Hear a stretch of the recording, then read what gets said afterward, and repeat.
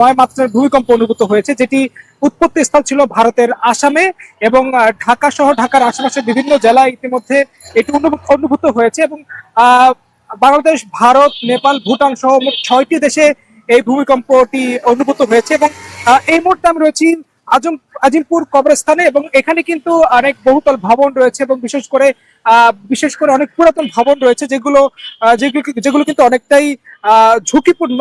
যে যখনই আসলে ভূমিকম্প হয় তখনই কিন্তু এই ভবনগুলো কিন্তু ঝুঁকিপূর্ণ অবস্থায় থাকে। এবং যখনই আসলে ভূমিকম্পটি অনুভূত হয়, অর্থাৎ আজ এখান থেকে প্রায় আধা ঘন্টা 40 মিনিট আগে, অর্থাৎ ঠিক 5টা 11তে এই ভূমিকম্পটি অনুভূত হয়, যেখানে যেখানে এই ভূমিকম্পটি হওয়ার পরপরই অনেক বহুতল ভবনের সাধারণ মানুষজন যারা রয়েছেন, তারা তাদের যে বাসাটি রয়েছে সে বাসা থেকে তারা বের হয়ে আসেন, বের হয়ে তারা তাদের ভবনের নিচে তারা অবস্থান নেন। আবার দেখা গিয়েছে যে অনেকে আতঙ্কিত হয়ে পড়েন। এবং আবার অনেকের কাছে আসলে জিজ্ঞাসা করেছি যে তারা ভূমিকম্প অনুভূত হয়েছে যে তারা টের পেয়েছে কিনা, তবে অনেকেই বলছেন যে তারা টের পাননি। বেশিরভাগ যারা বলছেন যে তারা টের পাননি, তারা নিচের ফ্লোরে বসবাস করছেন যারা, অথবা হয়তো মসজিদে নামাজ পড়ছেন। অর্থাৎ ঠিক 5:15 তখন কিন্তু মসজিদের যে নামাজ, আসরের নামাজ, সেই আসরের নামাজ শেষ হয়েছে, ঠিক সেই মুহূর্তেই আসলে এই ভূমিকম্পটি অনুভূত হচ্ছিল। এখন পর্যন্ত কিন্তু কোনো আহত বা হতাহত বা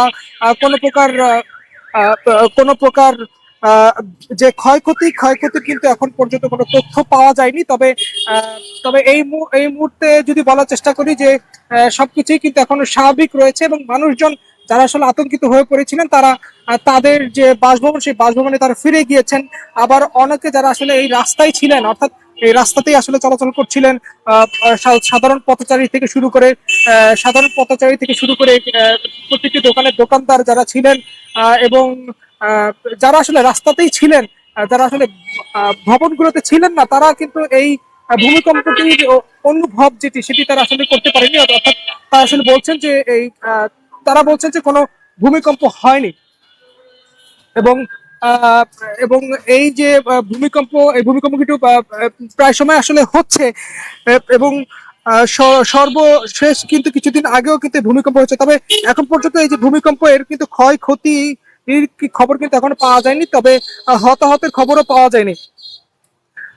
ভূমিকম্পের যে উৎপত্তি স্থল সেটি ছিল ভারতের আসাম, এবং ভারতের আসামে এটি উৎপত্তি হয়। তবে আসামের সেই উৎপত্তি স্থলের আশেপাশে যেসব দেশগুলো রয়েছে, অর্থাৎ এই বাংলাদেশ, নেপাল, ভুটান সহ মিয়ানমার সহ যেসব দেশগুলো রয়েছে, প্রতিটি দেশেই কিন্তু এই ভূমিকম্পটি অনুভূত হয়েছে। এবং মোট 6টি দেশে, বাংলাদেশ, ভারত, নেপাল, ভুটান সহ মোট 6টি দেশে এই ভূমিকম্পটি অনুভূত হয়। এবং ভূমিকম্পটির মাত্রা ছিল 5.9 মাত্রা, রিক্টার স্কেলের 5.9 মাত্রার এই ভূমিকম্প।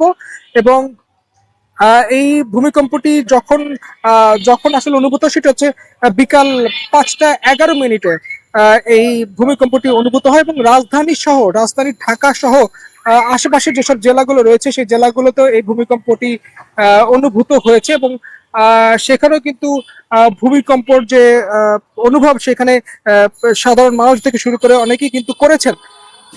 তবে এখন রয়েছে ঠিক আজিমপুর কবরস্থান এলাকাতে, এবং আজিমপুর কবরস্থান এলাকাতে কিন্তু অনেক বহুতল ভবন রয়েছে, এবং বহুতল ভবনের পাশাপাশি এখানে বেশ কিছু পুরাতন বাড়িঘরও রয়েছে, যেগুলো আসলে অনেকটাই ঝুঁকিপূর্ণ, এবং যেগুলোতে আসলে এখনো মানুষজন বসবাস করছেন। এখনো মানুষজনকে দেখা যাচ্ছে বসবাস করতে। বিশেষ করে যে পাকিস্তান আমলের যেসব ভবনগুলো রয়েছে, অনেক পুরাতন ভবন, সেই ভবনগুলো কিন্তু এই আজিমপুরের আশেপাশে কিন্তু দেখা যায়। এবং যেহেতু খুবই ঘিঞ্জি এলাকা হওয়ার কারণে এখানে কিন্তু একদম পাশাপাশি লেগে লেগে একটি ভবন নির্মিত হয়েছিল, এবং সেই ভবনগুলো কিন্তু এখনো রয়েছে। বিশেষ করে পুরান ঢাকা, অর্থাৎ আজিমপুরের পাশেই কিন্তু পুরান ঢাকা রয়েছে। সেই ঢাকায় কিন্তু অন্যতম ভূমিকম্পের একটি ঝুঁকিপূর্ণ এলাকা, এবং সেই এলাকাগুলোতে যদি বেশি মাত্রা ভূমিকম্প হয়, তখন কিন্তু সেই সব এলাকাগুলো অনেকটাই ঝুঁকির মধ্যে থেকে যায়। তবে তবে এই অন্যতম ঝুঁকিপূর্ণ এলাকার ভিতরে কিন্তু এই আজিমপুরও রয়েছে, সাথে এই পুরান ঢাকাও রয়েছে। অর্থাৎ এই এই আজিমপুর অথবা পুরান ঢাকা যেটি বলে না কেন, এই এলাকা এই এখানকার বসতি কিন্তু অনেক আগে থেকে এখানকার বসতি, যার কারণে এখানকার ভবনগুলো স্ট্রাকচার গুলো সবই কিন্তু অনেক পুরাতন। এবং আশেপাশে ঘুরলে দেখা যাবে হয়তোবা নতুন করে কিছু ভবন উঠেছে।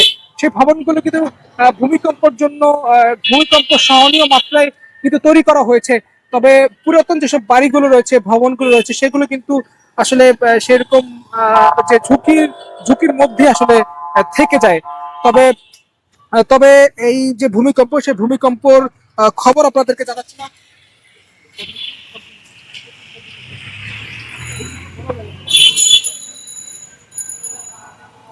এবং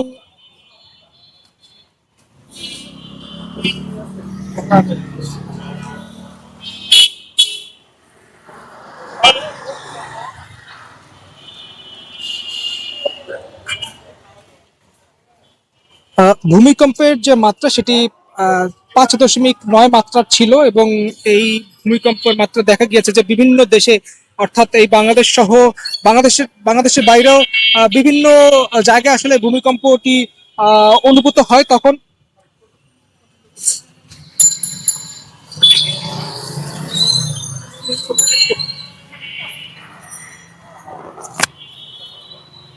এই হচ্ছে সর্বশেষ ভূমিকম্পের যে সর্বশেষ আপডেট, এবং এই মুহূর্তে আজিমপুর কবরস্থান থেকে আপনাদেরকে জানাচ্ছিলাম।